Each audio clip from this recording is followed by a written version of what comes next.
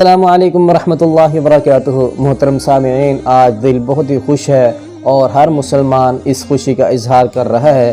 اس کی جو مین وجہ ہے وہ فیفا ورلڈ کپ 2022 جو چل رہا ہے۔ قطر نے اس کی میزبانی کی ہے اور مہمان نوازی قبول کی ہے، اور قطر میں فیفا ورلڈ کی افتتاحی تقریب کا آغاز تلاوت قرآن مجید فرقان حمید سے کیا گیا ہے۔ الحمدللہ الحمدللہ، جو بہت ہی خوشی کی بات ہے اور ہر مسلمان اس پر فخر کر رہا ہے۔ تلاوت قرآن کریم ایک معذور بچے سے کروائی گئی ہے۔ قطر واقعتاً بازی لے گیا اور مسلسل حیران کر رہا ہے۔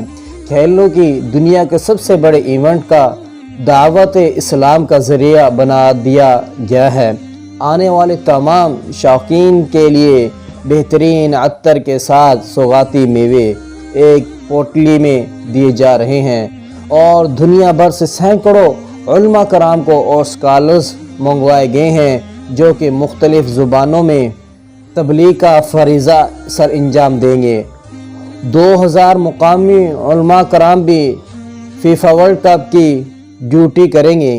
ملک بھر کے مساجد کے مؤذن تبدیل کر دیے گئے تاکہ دلکش اور پر آواز والے مؤذن مقرر کر دیے گئے ہیں۔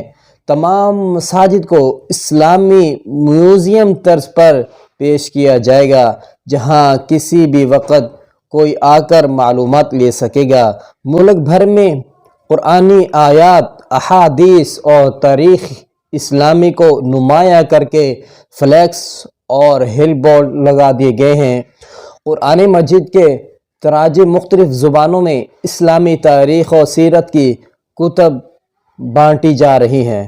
ہر اسٹیڈیم میں نماز کی نمایاں جگہ ہوگی اور پہلے دن مشق اور عود کے تحائف دیے جائیں گے۔